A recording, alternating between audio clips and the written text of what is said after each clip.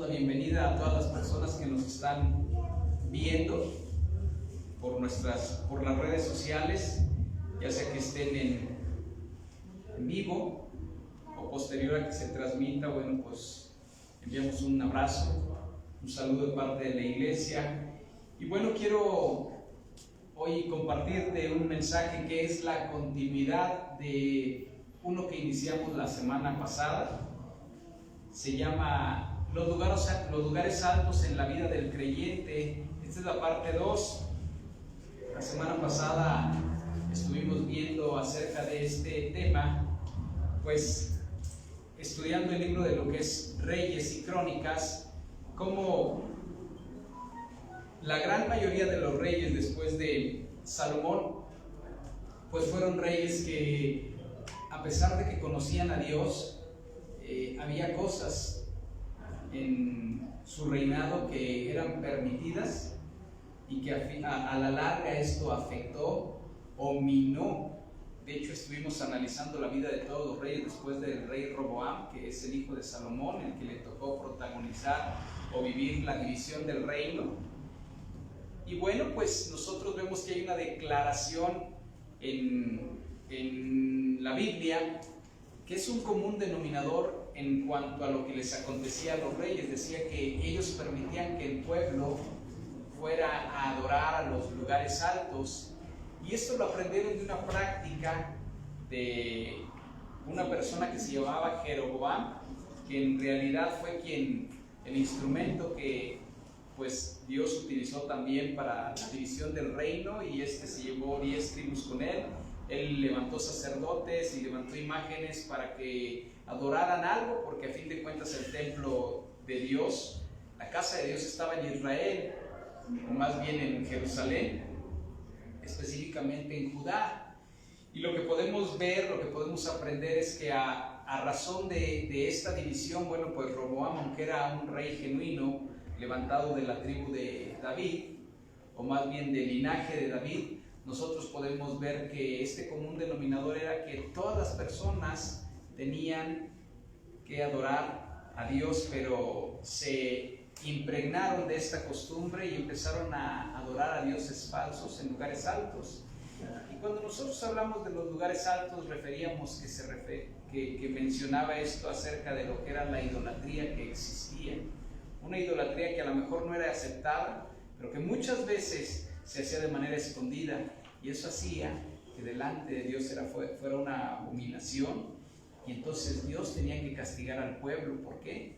Por la idolatría de esta sociedad. Pero la parte importante es que el liderazgo, que es el rey, pues no estorbaba ese pecado, y entonces por ahí se minaba su reinado, y siempre decía: ¿fue recto o no fue recto delante de los ojos de Dios? Pero los lugares altos donde adoraba la gente no fueron quitados. Y entonces ese común denominador fue un lastre para ellos, porque a la larga los llevó a que el pueblo de Israel fuera cautivo por Babilonia, por el gran pecado de lo que era la idolatría a dioses falsos. Y entonces Dios tuvo que permitir que el rey Nabucodonosor durante 70 años, o más bien que fuera el iniciador, el rey Nabucodonosor, el rey de Babilonia, de lo que era el exilio del pueblo de Israel durante 70 años, que duró durante el imperio asirio caldeo y medo persa. Y bueno, pues en la etapa del rey Darío de Persia fue que ellos regresaron otra vez a Jerusalén. Durante 70 años estuvieron ausentes, pero el gran pecado de ese exilio fue la idolatría del pueblo de Israel. Entonces tenemos que tener cuidado de que en nuestros corazones no haya idolatría. Por eso es muy importante que sepamos que no solamente se refiere a lo que son imágenes o ídolos, sino muchas veces es algo que está en nuestro corazón y puede ser perdición para nuestras vidas. ¿Sabes cómo puedes distinguir si algo en tu vida es un ídolo? Por tu forma en que reaccionas cuando te lo quitan o te lo mencionan. De esa manera tú te das cuenta si tienes un ídolo. Hay personas que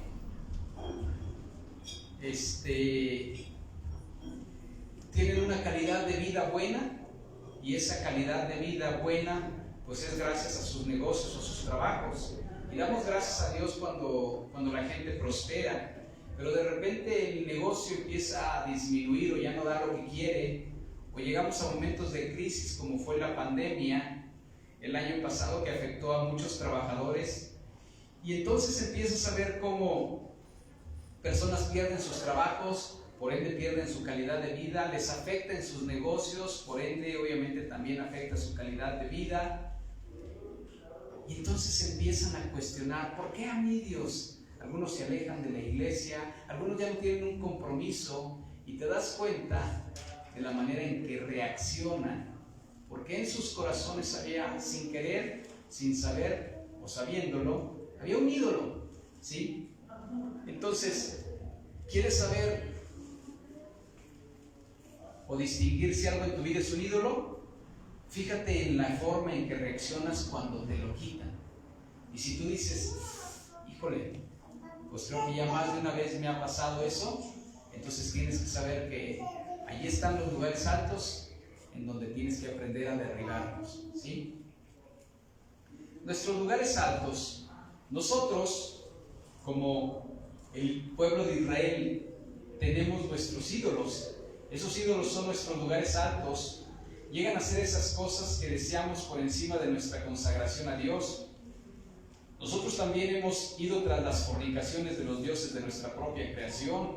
Quemamos incienso a la obra de nuestras manos y a las imaginaciones de nuestras mentes. Cuando nos enorgullecemos en nuestros logros, cosas como confiar en la ciencia por encima de Dios, en el gobierno, en nuestra seguridad, en la religión, en las artes, en las dietas, en el entretenimiento, los deportes, pueden obrar para nuestro bien, pero pueden convertirse en algo idolátrico cuando ponemos nuestra confianza o nuestra atención en ello más que en Dios. Nos hacemos a nosotros mismos dioses. ¿Por qué? Porque nuestra seguridad, porque nuestra comodidad se vuelve el objetivo a perseguir, ¿sí? Hay gente que le viene sufrimiento a su vida y no lo tolera, y entonces inmediatamente desea salir de esa zona y hace cualquier cosa por volver a la zona de confort. Déjeme decirle algo: aunque nosotros no querramos, en la vida siempre van a acontecer crisis a las personas. ¿Y por qué te digo esto? Porque inclusive hay gente que teniéndolo todo en lo material llega a tener crisis en su vida. Había una persona, yo trabajé para una empresa y el dueño de la empresa era una persona pues muy rico, y me acuerdo que pues tenía todo el dinero del mundo, y sin embargo a la esposa le vino cáncer, y le dio un cáncer que fue fulminante porque la esposa murió. Paradójicamente era el dueño del banco y de una aseguradora muy fuerte, y bueno, pues con la mayor cobertura que pudiera haber tenido en su seguro no pudo salvarle la vida a la esposa. Y nos damos cuenta de que a pesar de que nosotros tengamos todo, hay gente que de todos modos padece. Y si tú dices: yo voy a tratar de blindar flancos en mi vida para no padecer o para no sufrir, déjame decirte algo: puede que tú estés peleando contra Dios. Ahora, no quiero decirte que el sufrimiento tiene que ser un estilo de vida, ¿no? No estoy proclamando el masoquismo, pero lo que te quiero decir es que todos en algún momento tenemos adversidades en nuestra vida, y muchas veces Dios las permite, no las manda. Él las permite para que nosotros aprendamos a reconocer cuán vulnerables somos, ¿sí? Porque a veces nosotros crecemos y crecemos y crecemos en la vida y llegamos a tener una zona de confort de tal manera que creemos que es por nuestras justicias, que es por nuestro trabajo, que es por nuestra capacidad, y que llegamos a ser intocables, ¿sí? Pero déjame decirte una cosa: siempre va a haber momentos de adversidad en donde nos va a tocar padecer y sufrir. Hago un paréntesis, te digo, no los busques, no seamos mártires imprudentes. Esto es, no es necesario que tú los busques.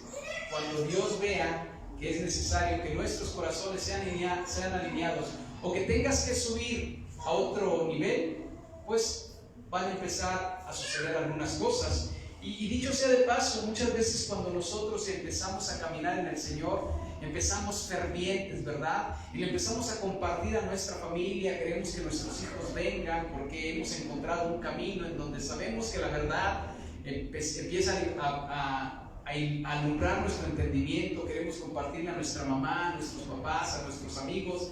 Y qué bueno, ¿verdad? Porque nace esa pasión, como decía mi esposa, ese padecimiento que en realidad no es una expresión, una necesidad de poder compartir lo que nosotros queremos.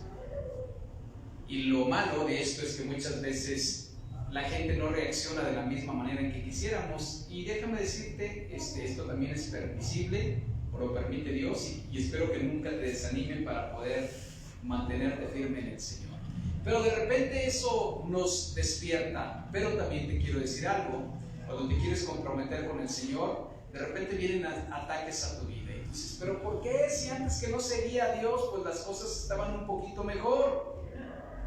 Y entonces nosotros entendemos algo: Cristo padeció en esta tierra para poder cumplir su misión. Y si el Padre permitió que su Hijo amado padeciera, era porque en la aflicción Dios se glorifica.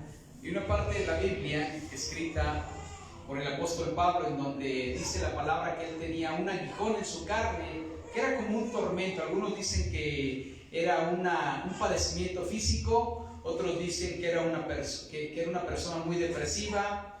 No sabemos mucho al respecto, pero Dios permitió ese padecimiento en la vida del apóstol Pablo. Y dice el apóstol Pablo, siendo un siervo de Dios que durante muchos años hizo grandes cosas para la extensión del cristianismo en la tierra, que él le decía: muchas veces he rogado a Dios que me quite este mensajero de Satanás que atormenta mi vida, dice, y Dios no lo ha permitido. Y la respuesta de Dios siempre ha sido: bástate mi gracia, porque mi poder se perfecciona en la debilidad. Y cuando nosotros entendemos que hay padecimiento en nuestra vida, tendremos que saber que si nosotros no los buscamos y que estamos haciendo bien las cosas, o que nosotros hemos tratado de aderezar una vida en la cual evitemos eso, quizá estemos luchando contra Dios. ¿Qué hacer en esos momentos? Bueno, reconocer que también nos toca esa parte y que tenemos que doblar nuestras manos y decirle: Señor, pues en donde yo soy débil, tú vas a ser fuerte, ¿verdad? Y cuando nosotros aprendemos a dejar esa seguridad o esa fe en la seguridad que tenemos en algo, estamos derribando nuestros lugares altos, porque le decimos: yo no quiero adorar a quien me dé solución o a quien me dé respuesta sobre lo que quiero por encima de Dios. Mi único Dios eres tú, Señor, de tal manera que aunque no lo entienda, voy a aceptar tu voluntad y sé, Dios, que tú tienes el control de mi vida. Y quiero que vayamos a la palabra de Dios. Vamos a seguir leyendo la Biblia, pero quiero hablar acerca de dos reyes que sí hicieron lo correcto delante de Dios, porque derribaron los lugares altos, y es el rey Josías y es el rey Ezequías. Entonces fíjese bien, si me acompañan, vamos a leer Segunda de Reyes 18 del 1 al 6. Ese es lo primero. Después vamos a leer Segunda de Reyes 22 del 1 al 2 y luego Segunda de Reyes 23 del 4 al 5. Si por alguna razón usted no trae su Biblia, entonces no va a entrar al reino de los cielos. No se cree. Es para ver si no se habían dormido. Ahí va a aparecer en las pantallas la Biblia, pero mi exhortación es que tráigase su Biblia. En la vida del creyente la Biblia es como una espada, ¿sí? Y esa espada sirve ¿para qué? Para pelear. Y si usted está en una guerra espiritual, pues no va a tener espada. Por eso necesita la Biblia. ¿Se acuerda cuando Jesús fue tentado por el enemigo? ¿Con qué lo derribó? Con la pura palabra, ¿verdad? Con la pura espada. Entonces siempre cargue su Biblia. Y mi sugerencia es que si usted puede tener una Biblia escrita e impresa, eso le va a ayudar muchísimo. Sobre todo porque va a aprender a hacerlo, porque a veces se le puede acabar la batería, a veces su teléfono ya no da lo que tiene que dar. Y entonces siempre es importante que usted tenga su espada bien afilada. Dice la palabra de Dios en 2 de Reyes 18 del 1 al 6. Dice, en el tercer año de Oseas, hijo de Elá, rey de Israel, o sea, el otro reinado, el que era paralelo, dice, comenzó a reinar Ezequías. Estamos hablando de que aquí vemos a los reyes de Judá. Dice, hijo de Acaz, rey de Judá. Cuando comenzó a reinar, era de 25 años y reinó en Jerusalén 29 años. El nombre de su madre fue Abi, hija de Zacarías. Y hablando de Ezequías, dice aquí, hizo lo recto ante los ojos de Jehová, ¿sí? Conforme a todas las cosas que había hecho David su padre. ¿Qué dice él? Él quitó los lugares altos y quebró las imágenes y cortó los símbolos de acera e hizo pedazos la serpiente de bronce que había hecho Moisés, porque hasta entonces le quemaban incienso los hijos de Israel y la llamó Neustán. Dice, en Jehová Dios de Israel puso su esperanza, ni después ni antes de él hubo otro como él entre los reyes de Judá, porque siguió a Jehová y no se apartó de él, sino que guardó los mandamientos que Jehová prescribió a Moisés. ¿Qué sucedió cuando Ezequías hizo lo recto delante de Dios y aparte derribó los lugares altos? Dice la palabra de Dios que ni antes ni después hubo un rey como él. Quiere decir que entonces Dios lo prosperó en todo. ¿Por qué? Porque además de seguir la ley de Dios, no permitió la idolatría en los lugares altos durante su reinado. Y esa parte es importante porque la palabra de Dios dice que Dios es un Dios celoso. ¿Y qué hace una persona cuando tiene celos? Cuando una persona tiene celos, regularmente va a hacer cualquier cosa con tal de sacar su ira, ¿cierto? Entonces, ahí vimos la vida del rey Ezequías y ahora vamos a ver la vida del rey Josías. Fíjese bien lo que dice. Después de Ezequías, vinieron dos reyes más que fueron perversos, a pesar de que Ezequías era un rey recto delante de Dios. Sus hijos y su nieto fueron perversos. De hecho, uno se llamaba Manasés. Pero después nace el rey Josías y dice, cuando Josías comenzó a reinar, ¿era de cuánto? 8 años. De 8 años.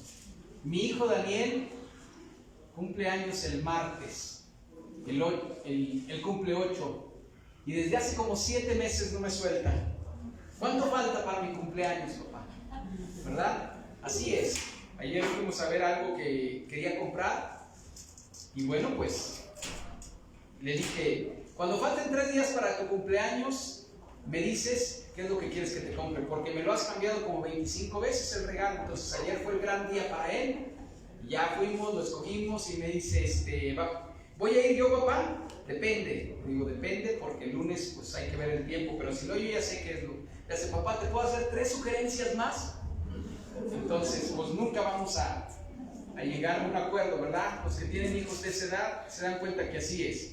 Tenía 8 años. 8 años tenía. Se necesitará edad madura para hacer lo recto delante de Dios. Dice la palabra de Dios que él tenía 8 años. Dice, y reinó en Jerusalén 31 años. Dice, el nombre de su madre fue Jedida, hija de Adaía, de Boscar. Dice, e hizo lo recto ante los ojos de Jehová y anduvo en todo el camino de David su padre sin apartarse a derecha ni a izquierda.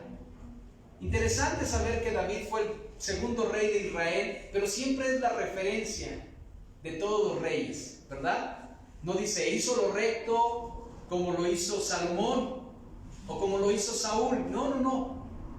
A pesar de que David cometió muchos errores, Dios lo amó. Y es el referente para saber cuál es el estándar de la rectitud delante de Dios. Y luego dice aquí, nos vamos a brincar hasta el capítulo 23, versos 4 y 5, dice, hablando de Josías, dice, entonces mandó el rey al sumo sacerdote Hilcías, a los sacerdotes del segundo orden y a los guardianes de la puerta, dice, que sacaran de donde, del templo de Jehová, todos los utensilios que habían sido hechos para Baal, para Acera y para todo el ejército de los cielos, es decir, los quemó de Jerusalén en el campo de Cedrón e hizo llevar las cenizas de ellos a Betel. Dice, y quitó a los sacerdotes idólatras que habían puesto los reyes de Judá para que quemasen incienso, ¿dónde? en los lugares altos, en las ciudades de Judá y en los alrededores de Jerusalén, y asimismo a los que quemaban incienso a Baal, al sol y a la luna y a los signos del zodiaco y a todo el ejército de los cielos. Usted va a poder seguir leyendo y se va a dar cuenta de que dice la palabra de Dios que Dios lo prosperó, y lo prosperó tremendamente. Vemos un común denominador en estos dos reyes. Derribaron los lugares altos, esto es, sacaron de su reinado la idolatría, y Dios los prosperó. ¿Sí? Sin embargo, tenemos que saber algo que es muy importante. No podemos sacar los lugares altos de una sociedad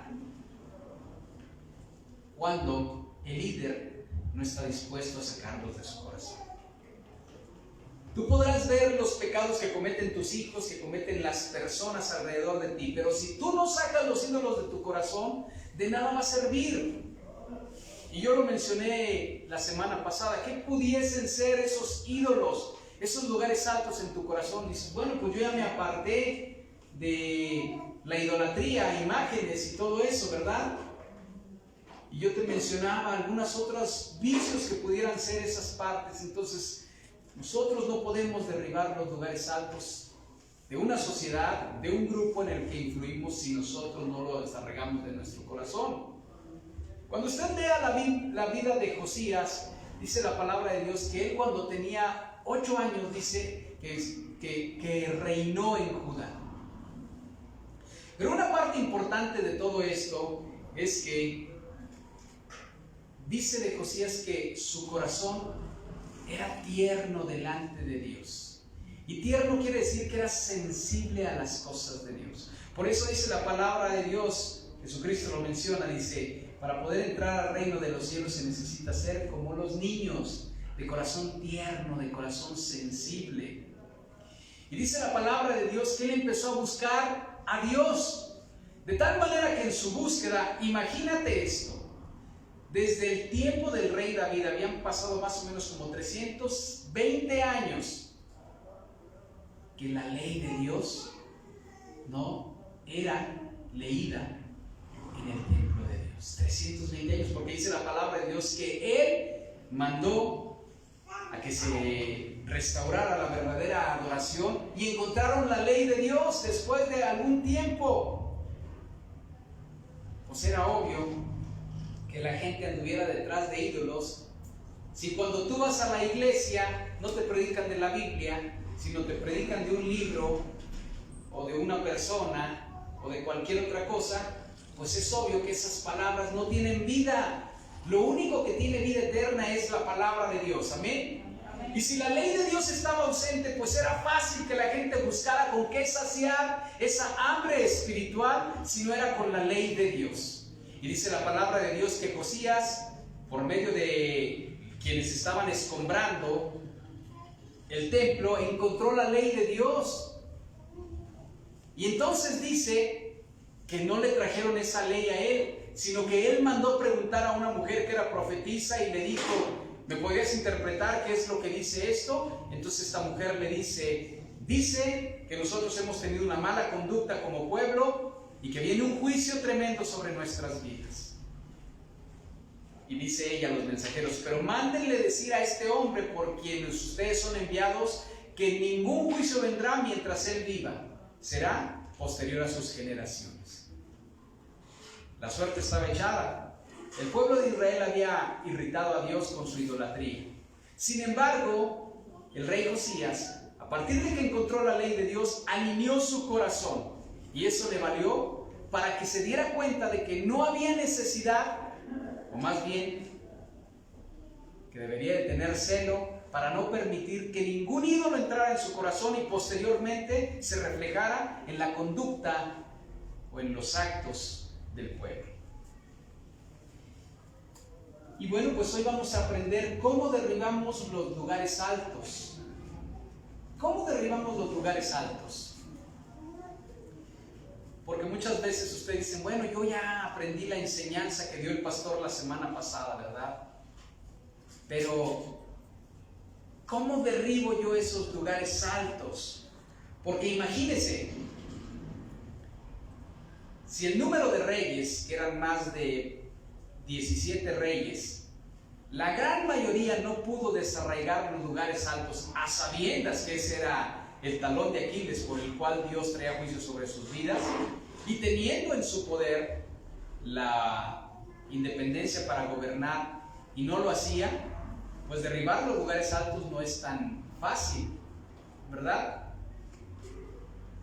Lo primero que tenemos que hacer es reconocer los lugares altos, identificar los lugares altos. Cuando una persona le dicen que tiene un vicio o un hábito que es pecaminoso, regularmente la gente lo puede llegar a negar, sobre todo si batalla con el orgullo. Cuando una persona batalla con el orgullo, regularmente nunca va a reconocer que tiene una limitante, ¿verdad? Entonces, todos aquellos que batallan con el orgullo, esposas, esposos, hijos, hijas, lamentablemente se van a dar de topes en la pared y nunca van a encontrar una respuesta de sí es cierto, bajé la guardia. Pero hoy está escuchando usted este mensaje y espero que por inspiración a Dios usted pueda bajar la guardia y decir: tengo que derribar esos lugares altos. Entonces reconózcalos, ¿sí? En el programa de AA de Alcohólicos Anónimos, las personas que llegan a anexarse o que llegan a atender este programa tienen que reconocer que tienen un problema. Si no lo reconocen, dicen ellos que no van a prosperar, ¿sí? A la gente le da vergüenza reconocer que tiene un problema, pero déjenme decirle, más vergüenza nos va a dar cuando este problema destruya lo que amamos. Entonces, ellos dicen que existe un gran avance cuando el adicto o la persona con el problema lo reconoce, ¿sí? Ya no dice soy bebedor social, ocasionalmente lo hago, a mí no me domina el vicio, o simple y sencillamente cuando yo quiera me quito este vicio. No, llegan a la conclusión de todo este tiempo he sido azotado por este vicio y reconozco que necesito ayuda. Entonces, cuando lo reconocemos, tenemos que hacer algo, que es el segundo paso. Tenemos que aborrecerlos. Porque hay mucha gente que ya lo reconoce, pero lamentablemente lo acaricia y dice: ay, está bien bonito, ¿verdad? Pues no hace tanto daño. Y yo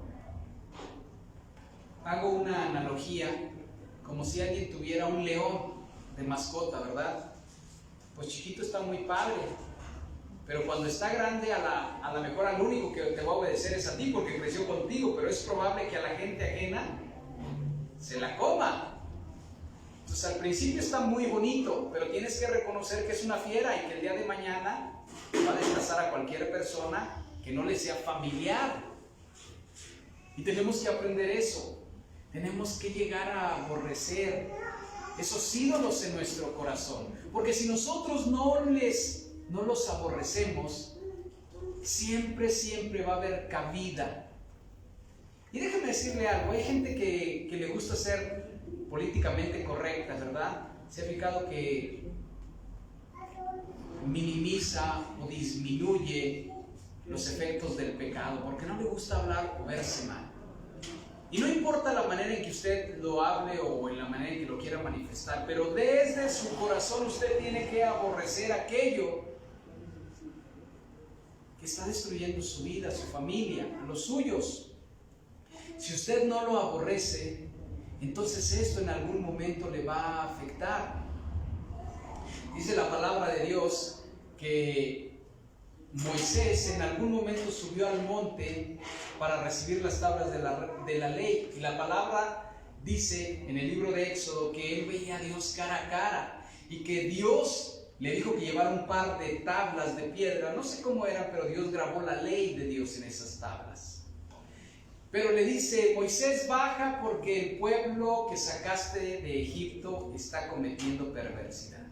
Dice la palabra de Dios que mientras Moisés estaba allá arriba con Dios, Aarón, que era el hermano de Moisés, se sintió persuadido, se sintió por el pueblo presionado y le dijeron: haznos ídolos, porque este Moisés que está allá arriba no sabemos qué le pasó. Y entonces él se sintió presionado, a pesar de que conocía a Dios, dice que les hizo un becerro de oro. Y entonces dice la palabra de Dios que cuando vieron la ausencia de Moisés en ese tiempo, empezaron a adorar este becerro. Dice que se dieron al desenfreno, empezaron a tomar, esto es, practicaron borracheras, murmuración, inmoralidad sexual, idolatría, obviamente, delante de estos ídolos. Y que cuando Moisés bajó, Moisés se encendió en ira, y que en su ira él rompió las tablas de la ley de Dios, en su impotencia, en su frustración. Pero dice la palabra de Dios que cuando reflexionó el pueblo, dijo: traigan a esos ídolos, que los destazó de tal manera que ese oro lo hizo polvo. ¿Por qué? Porque a pesar de que el oro sea un metal muy preciado, en ese momento se convirtió en la manzana de discordia entre Dios y este pueblo.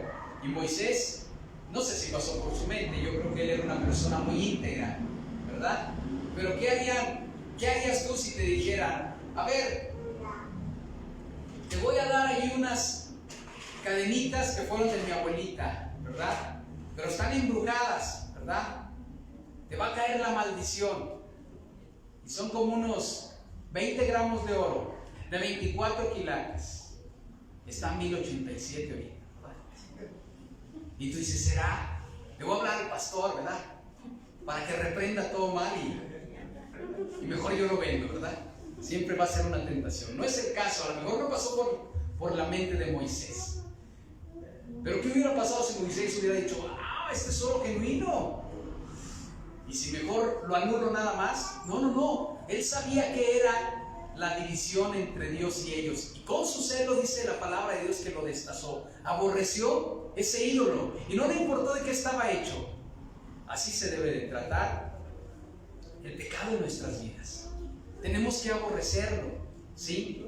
Si nosotros somos personas que tenemos alguna adicción, cualquiera que sea, el alcoholismo, el chisme, la lujuria, cualquiera que sea la adicción, tenemos que saber que está destruyendo a tu familia, que te está destruyendo a ti, que está minando tu fe, tu crecimiento en el Señor. Entonces tienes que identificarlo y después tienes que aborrecerlo y decir: yo no puedo tratar con cierta compasión a este ídolo, que aunque yo no le llamo ídolo, tengo que reconocer que en su momento me cautiva y lo abrazo. Tenemos que aborrecerlo de tal manera que podemos decir: ni siquiera puede ser mencionado, ni siquiera tengo que hacer algo para tenerlo cerca de mí, porque en algún momento va a ser una tentación y te va a llamar la atención, ¿sí?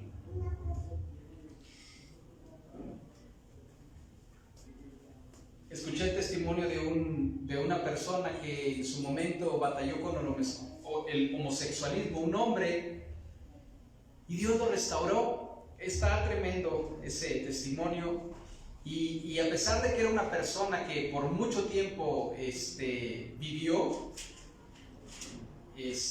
inmiscuido en esta práctica, pues Dios en algún momento llegó, Jesús lo liberó, y de que él llegó a tener parejas del mismo sexo, pues obviamente Dios, fue tan grande la transformación en sus primeros años, que él llegó a ser una persona que primero se enamoró de Dios y estaba contento. Ya era grande, ya tenía sus 48, 49, yo tengo 46, entonces por eso digo ya es grande, porque ya tenía esa edad, yo estoy abajo de esa edad.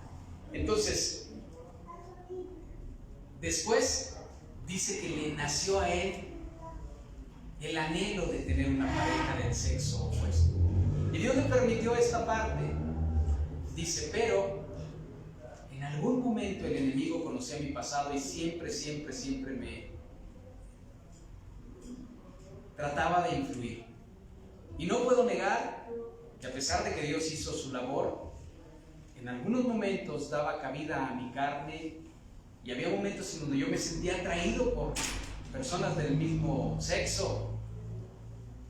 Hasta que una vez el Espíritu Santo me confrontó y me hizo saber que yo no puedo bajar la guardia y tengo que aborrecer Si en algún momento yo tuve una práctica que para Dios era abominable, yo tenía que saber que tenía que aborrecerlo, porque a veces nosotros damos cabida en nuestro corazón y decimos, no me va a vencer, no es tan malo, Dios conoce mi intención.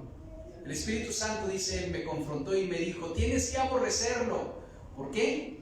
Porque es sigilioso, llega poco a poco y en algún momento vas a estar inmiscuido sin darte cuenta.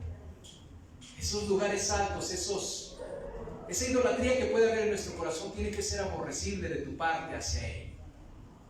No sé qué sea. ¿Amas el dinero? ¿Amas la seguridad que te puede dar cualquier cosa?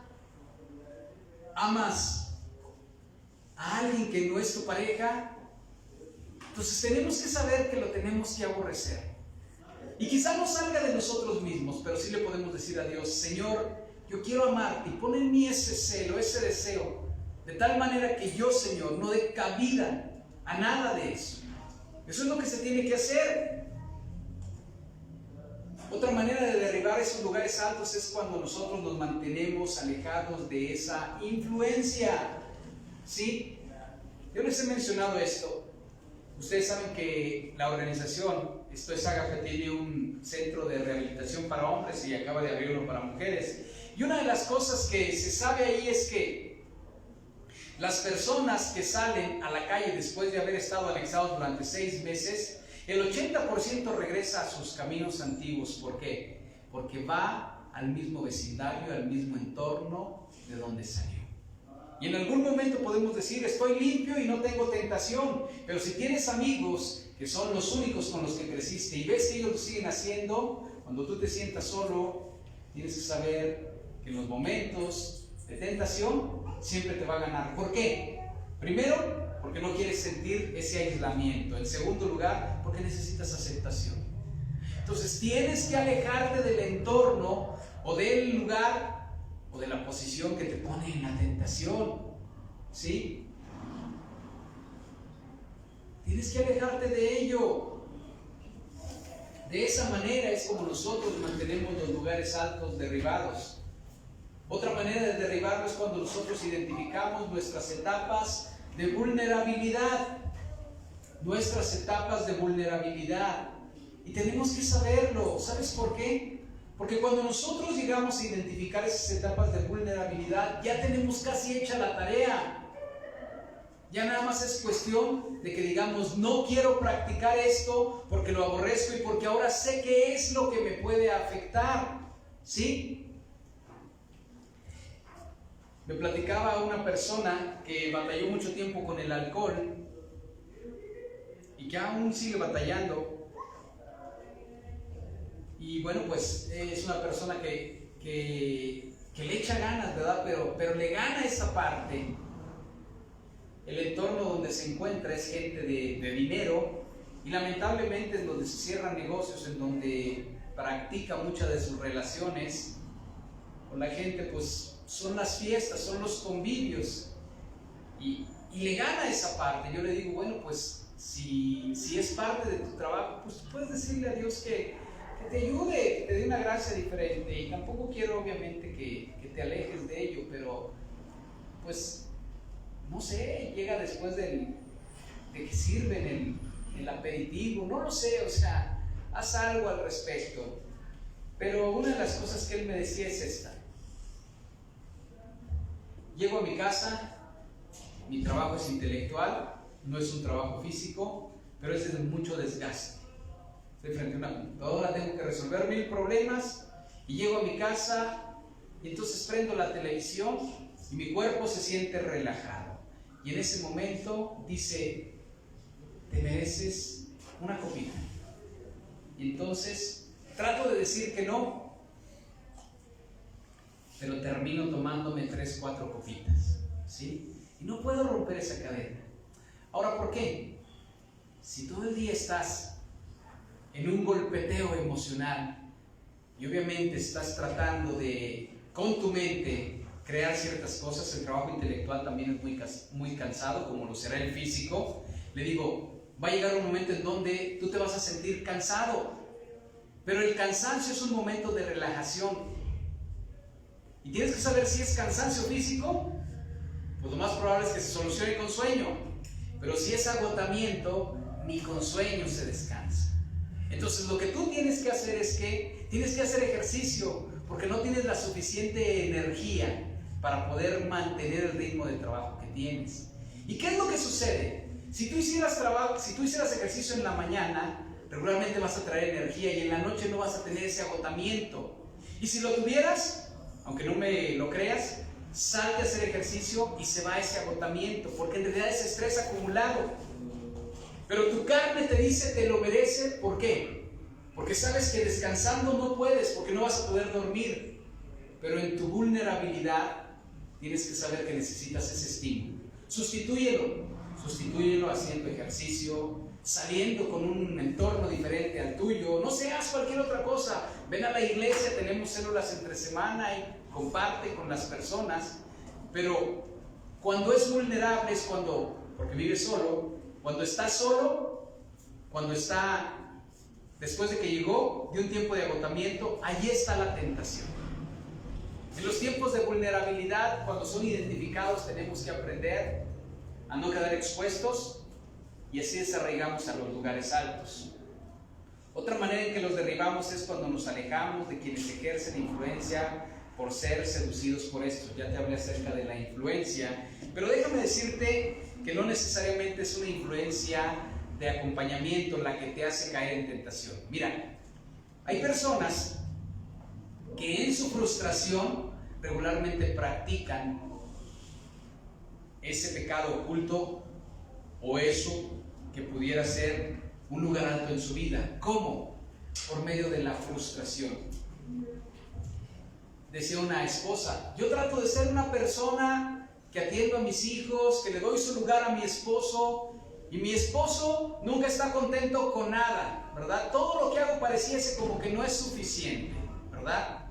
Eso dice el caso de esta persona, pero trasladémoslo al esposo, ¿verdad? No es el caso específico, pero trasladémoslo. Hago todo lo que trato de hacer, cumplo en la casa con mis hijos, proveo, y pareciese como que mi esposa, para ella nunca es suficiente. En la noche se hace la dormida o está enojada o siempre terminamos peleados, ella o nuestros hijos. ¿Qué es lo que hago? Me tengo que consolar con algo. Mal hecho, sí, mal hecho, pero necesito un estímulo. Y entonces tomo, o entonces hago esto, o hago aquello. Y a fin de cuentas yo tengo que entender que si yo no me alejo, o más bien, si yo tengo esa experiencia, siempre voy a caer. Tenemos que alejarnos de ello o evitarlo. Si identificas que tienes una relación tóxica con tu papá, con tu mamá, con tu familia, con tus amigos, con tu trabajo, evítala. Y tú dices: ¿qué quiere decir? ¿Que deje a mi esposo o mi esposa? No te estoy diciendo eso. Simple y sencillamente tienes que aprender a ceder. A veces tenemos que ceder para ganar, por no decir que a veces se tiene que perder para ganar. Mira, para que exista una pelea se necesitan dos personas. Cuando tú cedes, no hay enemigo que quiera pelear, porque lo desarmaste, a pesar de que tú quedes evidenciado y a pesar de que tú seas la persona que puede llegar a ser el violentado. Pero a veces tiene que ser así, sobre todo cuando son cuestiones de matrimonios o de familia. Así derribamos los lugares altos, porque si tú te consuelas con algo por una frustración sentida, pues eso va a ser por los siglos de los siglos de los siglos de los siglos. ¿Sí me explico? Y el asunto de todo esto es que no solamente vas a tener una afectación en el entorno donde para ti es importante, que puede ser la familia o el matrimonio, sino también lo va a hacer en tu vida personal. ¿Por qué? ¿Se acuerdan del círculo vicioso? Ese círculo vicioso de tenemos un poquito de energía y le echamos ganas, después viene la tentación porque me siento vulnerable, caigo en el pecado, después viene la condenación y después de la condenación, bueno, me levanto otra vez. ¿Por qué? Porque algo me conectó. Pero siempre es así, total de que nunca caminamos hacia arriba. Entonces evitemos esa parte, esos entornos tóxicos que hacen que muchas veces nosotros tratemos de consolarnos con algo y que puede que sea ese lugar alto en nuestras vidas. ¿Cuál es la actitud para que nosotros no consideremos opción ese ídolo o ese lugar alto en nuestras vidas? Mira, quiero que vayamos a la palabra de Dios. Segunda de Reyes 21, del 1 al 4. Y quiero hablarte acerca de el hijo de Ezequías, que era Manasés. Dice, de 12 años era Manasés cuando comenzó a reinar, y reinó en Jerusalén 55 años. El nombre de su madre fue Jefsiba. ¿Y qué dice? E hizo lo malo ante los ojos de Jehová, según las abominaciones de las naciones que Jehová había echado delante de los hijos de Israel. Dice, porque volvió a ¿qué? A edificar los lugares altos. ¿Que quién? Ezequías, su padre, había derribado. Y levantó altares a Baal, e hizo una imagen a Acera, como había hecho Acab, rey de Israel, y adoró a todo el ejército de los cielos y rindió culto a aquellas cosas. Asimismo edificó altares en la casa de Jehová, de la cual Jehová había dicho, yo pondré mi nombre en Jerusalén. Imagínate esto. Ezequías, lo leímos, ¿verdad? Dice la palabra de Dios que hizo lo recto delante de Dios, que no hubo un rey antes que él y después de él que fuera semejante en rectitud delante de Dios, pero también en bendición por parte de Dios.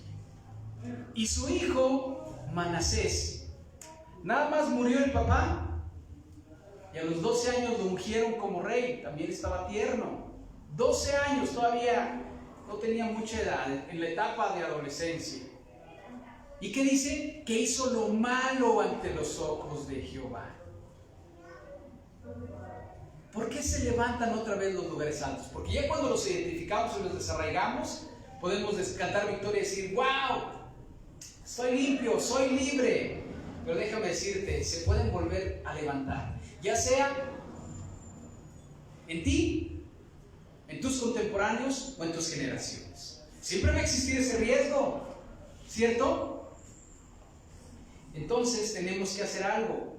Lo primero que tenemos que saber es que tenemos que sembrar rectitud en nuestro corazón.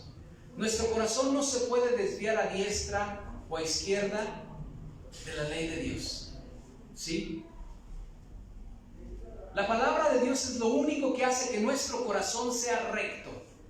Cuando tú lees la palabra de Dios, meditas en ella, casi siempre te va a alinear a hacer lo correcto. Si la Biblia dice, esposos, amad a vuestras esposas como Cristo amó a la iglesia, cuando tú quieras decirle 1000 cosas a tu esposa, te vas a acordar de esa parte de la Biblia. Y si amas la ley, vas a actuar con rectitud y no vas a ir en contra de tu esposa. No la vas a ultrajar, no la vas a humillar, no la vas a menospreciar. Y dice la palabra de Dios ahí mismo, mujeres, ¿qué? Honrad a vuestros maridos, ¿sí? Honrad a vuestros maridos, eso es darle honra. Y si la mujer es de esas que le gusta manipular al esposo porque tiene las armas y tiene controlados a todos los hilos de todos los hijos, y de repente el esposo es una persona que es noble para todo y no lo está honrando, pero la ley de Dios está ahí, entonces cuando la ley de Dios gobierna hay rectitud. Y entonces dice, bueno, pues se acabó la etapa de Gutierritos, ¿verdad? Muchas personas que son un poquito más grandes que yo entienden esta parte. Gutierritos es una telenovela que salió en la época de los 60 de un hombre que hacía todo lo que le decía la mujer y ella era la que gobernaba. Y era muy noble, ¿verdad? La persona le daba todo a la esposa. Y cuando la esposa conoce a Cristo y se da cuenta de que a pesar de que el varón es una persona pues que no es el más proactivo en hacer muchas cosas, lo tiene que honrar y le tiene que dar su lugar, entonces hay rectitud en su corazón. Y entonces los ídolos son derribados. ¿Cuáles ídolos? Pues a veces nosotros, los hombres, los padres, las madres, los hijos, nos levantamos un altar a sí mismos y entonces llegamos nosotros a tenerlo como un ídolo.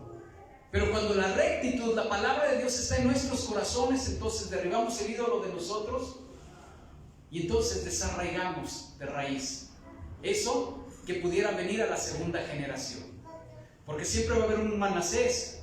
Un Manasés es un hijo acomedido que en la ausencia del padre se quiso hacer la vida fácil e hizo las cosas que no eran correctas delante de Dios. La actitud es, sembremos rectitud desde nuestro corazón. Que nuestros hijos, que nuestro esposo, que nuestra esposa, nuestros amigos, nuestros subalternos vean que amamos la ley de Dios. No quiero que seamos gentes perfectas, quiero que seamos gente madura. La madurez tiene que ver con sé lo que pecado es. No me justifico. Cuando sucede, entonces tengo que aprender a reconocerlo, a restituir y a pedir perdón para seguir en este ejercicio. No pido perfección. Dios no pide perfección, pide madurez. Entonces tenemos que vivir con congruencia. Tenemos que ser personas que lo que digamos, hasta donde nos comprometamos, lo hagamos. Tener esa congruencia. Porque ¿saben qué? Es probable que Ezequías, a pesar de que tenía delante de Dios un testimonio bueno, el hijo era observador y tenía, como ser humano, flancos en donde no era perfecto, en donde no había madurez para su vida. Entonces, cuando no hay madurez para la vida, en la vida de alguien siempre va a tomar un lado débil. Te va a decir, oye papá, pues sí, pero esto. Oye mamá, sí, pero aquello. Oiga jefe, pues sí, pero usted hoy se quiere dar baños de pureza, pero vivamos con congruencia para no dar esa cabida. Otra actitud es cuidando las influencias que entran a casa. A veces nosotros estamos tan ocupados haciendo cosas que dejamos que influencias negativas entren a la casa, ¿sí? Usted tiene que cuidar quiénes son los amigos de sus hijos, porque puede que sus hijos sean muy inocentes y muy nobles, pero puede que tengan un amigo muy astuto y que en su astucia pues empiece a meter cosas a su casa que sus hijos empiecen a valorar y lo desvíen el corazón de sus hijos. Lo que usted mete, qué amigos o amigas mete a su casa, ¿sí?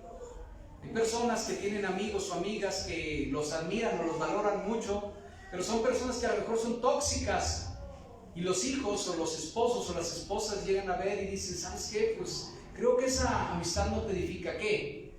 ¿Me quieres controlar y decir con quién juntarme o quién no juntarme? Bueno, pues es que veo que se expresa de tal o cual manera. Atendámoslo. Otra actitud es identificar y corregir de manera inmediata. Cuando nosotros sabemos que tenemos una conducta errónea, no esperemos a que dé fruto. Corrijamos inmediatamente. Tenemos que estar atentos. Y déjenme decirle algo. Nosotros no necesitamos ser tan inteligentes, aunque sé que lo somos, para poder darnos cuenta cuando algo está sucediendo mal en nuestras vidas. ¿Por qué? Porque tenemos conciencia y inmediatamente se levantan los focos rojos en nuestra vida. A pesar de que Dios no sea quien gobierne tu vida o tu palabra, o a pesar de que no tengas a alguien que te esté diciendo, no está bien eso, se levantan alarmas en nuestro corazón. De repente ves que llegas a la tienda y alguien te dio más dinero, no digas, wow, me hice tonto, ¿verdad? Dios me dio esta ofrenda, quería que tuviera gratis hoy la comida, ¿verdad? Él sabía que no ajustaba la quincena. No. Se prenden las luces, ¿verdad? Cuando eso sucede, no le celebre al hijo y le diga, ¡ay, eres bien abusado! Porque se va a dar cuenta de que eso está celebrado y el día de mañana, cuando esté en el gobierno y le den un moche más grande, le van a decir, ¡ay, eres bien abusado! No lo tolere desde chico, corríjalo. Si le dan dinero de más, oiga, esto no es mío, cuéntelo y es de usted. Identificar y corregir de manera inmediata. No demos por hecho que la gente tiene el mismo celo que nosotros. Ezequías a lo mejor daba por hecho de que el hijo, habiendo crecido en el palacio y viendo las iniciativas que tuvo para poder hacer 1000 cosas para derribar los lugares altos, dijo, bueno, pues mi hijo ya vio mi ejemplo. No podemos dar por hecho. Usted no puede dar por hecho de que porque trae a los hijos a la iglesia, los hijos van a ser santos, o porque el esposo o la esposa lo trae a la iglesia. Hay esposos que vienen más a fuerzas que de ganas, ¿sí? Porque la esposa lo condicionó. O esposas que vienen más a fuerzas que de ganas, o parientes o amigos, o empleados que vienen más a fuerzas que de ganas. No dé por hecho. O sea, si su hijo viene a la iglesia y tiene las mismas conductas, no lo dé por hecho, porque puede que haya perversión arraigada en el corazón. Pruébelo y atáquele. Cuando usted vea que el hijo ya se apoderó de algo que usted cree que empezó como inocente, atáqueselo y se va a dar cuenta de que se va a corregir. Oye, ya no quiero que te duermas con el celular en tu cuarto, pero papá, y empieza a hacerle 1000 berrinches. Ahí hay un ídolo. ¿Sí me explico? Quiero que vayas a la iglesia o quiero que te agregues al grupo de jóvenes. Ay, esos son muy tetos, no me gusta. Pues obviamente, o sea, tanta influencia externa. Ahí hay ídolos. Entonces, no demos por hecho las cosas. ¿Por qué? Porque los reyes daban por hecho que porque había templo en Jerusalén y se ofrecía adoración verdadera, pensaba que toda la gente estaba viniendo, pero había gente que estaba adorando en los lugares altos. ¿Cómo? Pues no puedes dar por hecho eso. No puedes dar por hecho que porque tú tienes celo en el Señor, tus hijos también lo van a tener. Pegaditos tenemos que estar. Y aunque nosotros parezcamos fastidiosos, obviamente hay las maneras y en su momento lo hemos platicado, pero tiene que estar pegadito. A ver qué estás viendo, con quién te estás mensajeando, qué imágenes estás teniendo. ¿Sí? Esposo, quítele la contraseña a su teléfono. Y si no quiere, pues es porque a lo mejor está escondiendo algo. Esposa, también. Y sería bueno que en algún momento le dijeras, si hiciéramos un ejercicio de que tuviera que ver tus mensajes y todas las imágenes que te han llegado, verlo en tu fotogalería, ¿me lo prestarías, esposo, esposa, hijo, hija? ¿Qué? ¿Te estás metiendo con mi privacidad? No de por hecho. No lo demos por hecho. ¿Por qué? Porque así se levantaban los lugares altos. Y después venía el juicio y quizá el rey decía, pero ¿por qué, Señor, si yo te he seguido bien? Señor, pero ¿por qué le pasa esto a mi familia? ¿Honraste más a tus hijos que a mí? Les quitabas el celular y te hacían un berrinche y decían, qué malo soy, ¿verdad? Yo en su momento sufrí mucho. Yo no quiero que él sufra, ¿verdad? ¿Nos vamos a acostar enemistados? No, hijo, ten media hora más, pero media hora, ¿me lo prometes? Sí. Y a los 45 minutos, ¿no te has dormido? No, dame ese celular. ¡Ay, papá! Termina bloqueado. No le va a dar gusto. No lo dé por hecho. No lo dé por hecho. ¿Me expreso? Concluyo con lo siguiente. Quiero que vayamos a la palabra de Dios en Génesis, capítulo 26, versos del 15 al 18. Y quiero hablarte de lo contrario a los lugares altos. Por eso quiero tener esta conclusión. Fíjense bien. Dice aquí la palabra de Dios. Es otro personaje, no tiene que ver con el libro de los Reyes, pero es la ilustración que voy a utilizar. Génesis capítulo 26, versos del 15 al 18. Dice, y todos los pozos, ¿qué es un pozo? ¿Un lugar alto o un lugar profundo? Un lugar profundo. Y todos los pozos que habían abierto los criados de Abraham. Abraham es el patriarca o la primera persona que Dios utilizó para poder levantar el pueblo de Dios, el pueblo de Israel. ¿Sale? Dice, todos los pozos que habían abierto los criados de Abraham, su padre, en sus días, los filisteos, o sea, los enemigos de Israel, los habían cegado, esto es, tapado y llenado de tierra. Dice, entonces dijo Abimelech, que era un rey con quien tenía relación Isaac, el hijo de Abraham, dice, apártate de nosotros porque mucho más poderoso que nosotros te has hecho.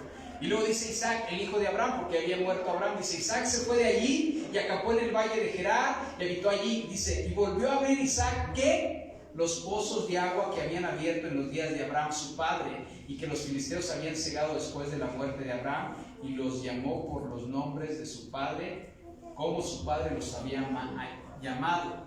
Mira, esta historia es interesante y es otra predicación, pero bueno, la gente en el desierto hace 4000 años pues no tenía agua potable y mucho menos tenía los sistemas para poder extraerla. Había algunos pozos que se abrían y obviamente en la profundidad se llegaba al manto acuífero y entonces ese pozo se erigía por medio de pues, lo que conocemos, ¿no? Un barriado circular, y ahí había con una cuerda algo que se llevaba hacia abajo, pero se surtía por medio de los mantos acuíferos, pero tenían que cavar.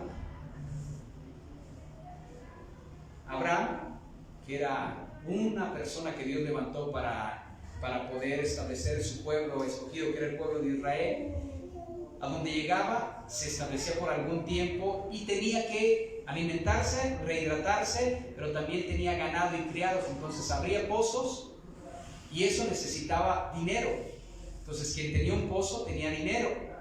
Y entonces, como él era bendecido de parte de Dios, abría pozos, y ya cuando se tenía que mover de ese lugar, porque Dios lo guiaba a moverse a otra ciudad o a otra región, entonces dejaba esos pozos, se los dejaba ahí.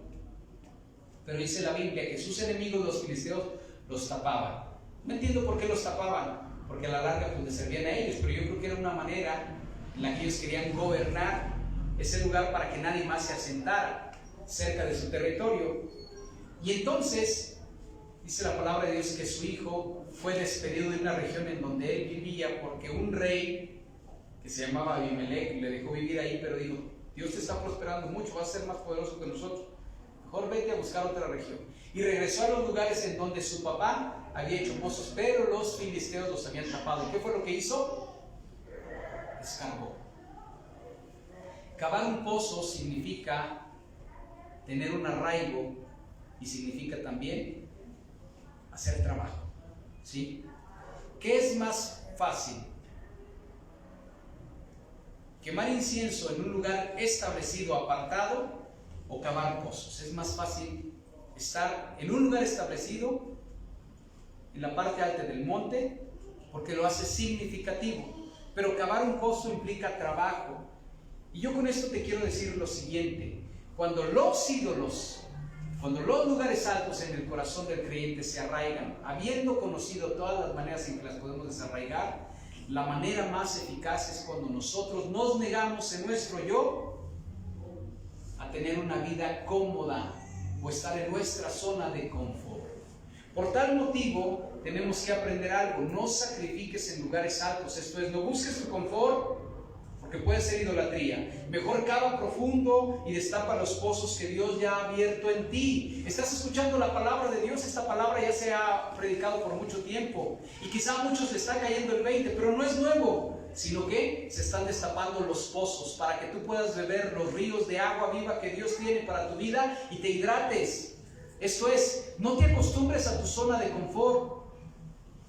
Vivir en felicidad o tener la plenitud que todo el mundo está queriendo no tiene que ser el objetivo. De hecho, las personas que llegan a acumular riqueza son personas que continuamente están reinventándose y no se quedan sentados o no se quedan detenidos en su zona de confort. Hay personas que hoy en día están cosechando mucho de su esfuerzo, y qué bueno que así sea, pero todos los días tienes que estarte reinventando, y no necesariamente en tu oficio, en tu trabajo, en tu negocio. Empieza a hacer algo diferente. Trata de buscar algo para ser un mejor padre, para ser una mejor persona. Involúcrate en otra actividad en la cual nosotros podemos empezar a demandarle a nuestro cuerpo, a nuestra carne, que se esfuerce. ¿Por qué? Porque nos va a pasar como los carros cuando no los usamos. Después de mucho tiempo se les pegó el motor y ya no arrancan, se quedan estancados. Así puede ser que tú ya no te estés esforzando tanto en crear y en hacer tantas cosas, y puede que tu entendimiento espiritual se esté estancando y se te quede pegado en una sola posición. Entonces, no busques lugares altos, derríbalos y empieza a cavar en pozos profundos. La diferencia entre edificar en los lugares altos y cavar es que uno es el fundamento y el otro es la apariencia. Tienes que saber que entre más profundo cavas tu espiritualidad, más grande es este fundamento. Pero entre más buscas estar cómodo en tu zona de confort, estás buscando una apariencia, estás buscando una pose para poder ser visto de tal o cual manera. ¿Te gusta que te vean? ¿Por qué? Porque eres así o eres asá, y te gusta el murmullo de lo que se dice acerca de ti. Quizá lo que estás buscando es la aceptación. Y a veces en el anonimato, en el cavar, en el esforzarse, implica que nosotros no figuremos en nada, pero eso nos hace estar mantenidos. ¿Para qué? Para que siempre estemos como esos árboles plantados junto a corrientes de agua. Su raíz es profunda, pero seguramente el fruto que va a dar va a ser fruto abundante. Y sus ramas van a ser amplias y van a dar mucha sombra, no solamente a tu familia, sino a esta generación para tu vida. Amén. Hemos terminado este mensaje.